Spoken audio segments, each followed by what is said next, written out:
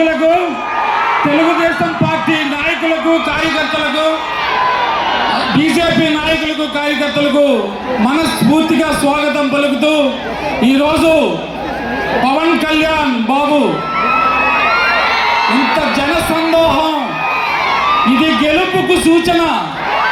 పోలవరం గడ్డ జనసేన అడ్డ, తెలుగుదేశం అడ్డ, బీజేపీ అడ్డ, అందులో డౌటే లేదు.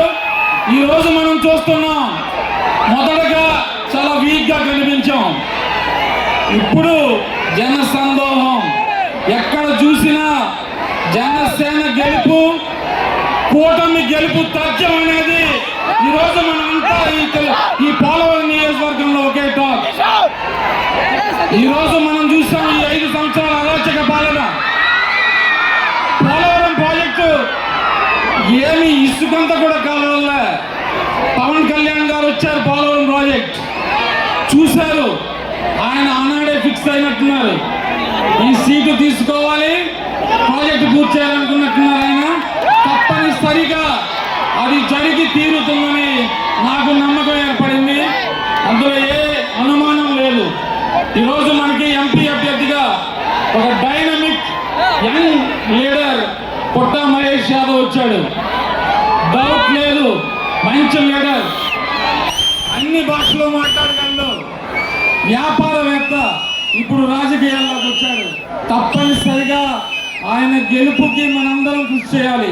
అదేవిధంగా ఈరోజు చిన్ని బాలరాజు మంచి లీడర్, ఈరోజు 5 సంవత్సరాలుగా ఇక్కడున్న ఎమ్మెల్యేని ఒక ఆట ఆడించాడు, భయపెట్టాడు, తన విధానం ఏంటో తెలియజేశాడు.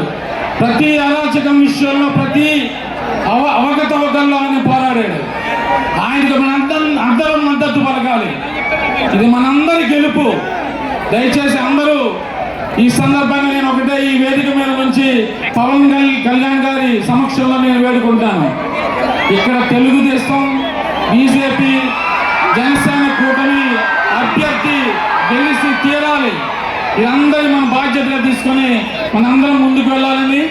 ఈరోజు కరాటం రాంబాబు గారు ఉన్నారు, 2012లో మనకి సపోర్ట్ చేశారు, 2014లో సపోర్ట్ చేశారు.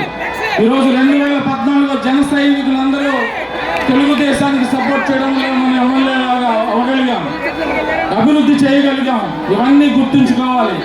ఈరోజు మనందరం కలవడం ఇది ఒక మంచి మూమెంట్కి ఇది కారణం అవుతుంది. కాబట్టి దయచేసి అందరూ ఒకటై మన ఉమ్మడి అభ్యర్థుల్ని గెలిపించి తీరాలని ఈ సందర్భంగా కోరుకుంటూ ముగిస్తున్నాం. Thank you very much.